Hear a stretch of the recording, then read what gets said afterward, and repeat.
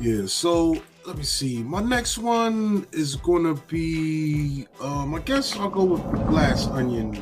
And this is I never know how to say this guy's name. It looks like Ryan Johnson's. Ryan Johnson. So tech billionaire Miles Bron invites his friends for a getaway to his private Greek island.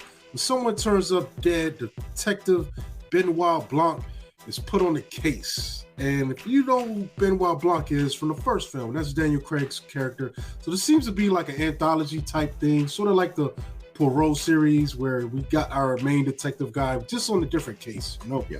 And in this story, our cast also include Madeline Klein, Kate Hudson, Jessica Henwick, Edward Norton, Catherine Hahn, Janelle Monáe. And we also got David Bautista and Leslie Odom Jr. And there's actually a lot of cameos. I'm not just going to say everything, you know, just to give you guys some surprises. But I thought this was a pretty good film. You know, I think the mystery is interesting enough. And, you know, you got the locale and the cast of characters. So there's some fun to be had, man. I do have a complaint, though. I feel like... for me, at least watching this film, I don't think our cast of suspects was as interesting as that first bunch. For some reason, it seemed like he spent a little bit more time on writing those characters and giving them more to do. I feel like on this one, they're relying on a lot of, I think I wrote on Facebook, it feels like cosplay. You know, they've got a bunch of types, you know, in this film. Like Bautista is clearly supposed to be Joe Rogan, you know, kind of character. Which is interesting, but at the same time, you got to give me more than just the cosplay, because you know we got the influencer, you know we got the scientist, you know even our guy Ed Norton, he's like an Elon Musk type, but I don't feel like you gave them enough to do. You just gave them the costume to wear, but you didn't dig a little bit deeper into it than that. But maybe this film just works different, because I think in the original film, all the suspects were kind of family members, and you know, so maybe that's a different, you know, setup in this. But for the most part, it plays out pretty interesting. It's, you know, it keeps you on your toes and keeps you guessing. I think the standout here for me is Janelle Monáe's character, and just because I felt like she was actually written, you know, with more meat on her bones than a lot of the other characters, you know. So as you're watching it play out, she actually gets a lot more. She's chewing up scenery, and it's not like she's better than anyone else. It's just that her character just has more of a presence. It's more of a it's more to do than just be there and just be this caricature, you know. I really like the film. I'm really glad that it was a detective story, but it was done a little bit different than you see most detective type stories. It wasn't a copy of anything. I really had a lot of fun with the characters, but like you said, they weren't really, a lot of them didn't really have that much to do in the film. This is going to make my top 20. And I really still hate that I didn't see it in theater. Because I kind of wouldn't mind seeing, you know, because I'm in my basement alone.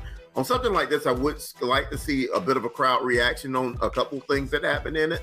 Seeing it at home kind of ruined that for me. And I just hate that, you know, Netflix didn't have a bigger wider release. Wider release. And I think it was only in the theater, a week maybe? A week. Yeah, because by the time I actually got some time, it was done. The next day I was like, I'm gonna go today, and it was done. Yeah. But yeah, speaking of that, like we got Catherine Hahn on here. If you watch WandaVision, she's Agatha. But in this movie, she doesn't get to be Agatha. And I mean, not saying she's gotta be Agatha, but she doesn't get to, you know, have the same kind of she doesn't have that big of a part in it. She's there. Yeah, but you got someone here that's so cool on, you know, and it was like, yo, you didn't let her Agatha, you know, you didn't let her have no fun here, you know. So it's just like yeah, I just feel like a lot of the casting is they're just there, you know. It's one of them things where I saw an article talking about this earlier this year, talking about, you know, a lot of films lately, they have these stacked cast, but then there's like they're not doing anything with them, you know. Yeah. I think some of the characters in this film kind of fall in that category, you know. It's always good to see Edward Norton in a film. It's always good to, you know, see Daniel Craig in a film. He chooses scenery in this film, you know. And him just doing that act, him doing that accent just killed. Yeah, we get a lot of Blanc, man. If you want some Blanc, you're gonna get you a lot of Blanc in this one. And dude, honestly, I think the accent is bad, but it's fun. It's just like, this is how I would expect a British guy imitating a Southern gentleman to sound like. I love it. Like, I really think it's a real good Kentucky accent, and for some reason I think he might be from Kentucky in this. But I tell you another Daniel Craig Southern accent. If you ever watch Logan Lucky, yeah, that was a real good underrated film, bro. Yeah, that was him doing a real good, Southern accent, and he's a damn trip in that film. Yeah, I got a copy of that one in here. I got the physical and the digital. But I love Logan Lucky, man. When I finally saw that, I was like, yo, this is underrated for that year, man. Damn. Yeah, that was good. Yeah, but it's, I don't know. He's like I said, he's chewing up the scenes in this film, and it was good actors and stuff in it, but it just didn't do enough.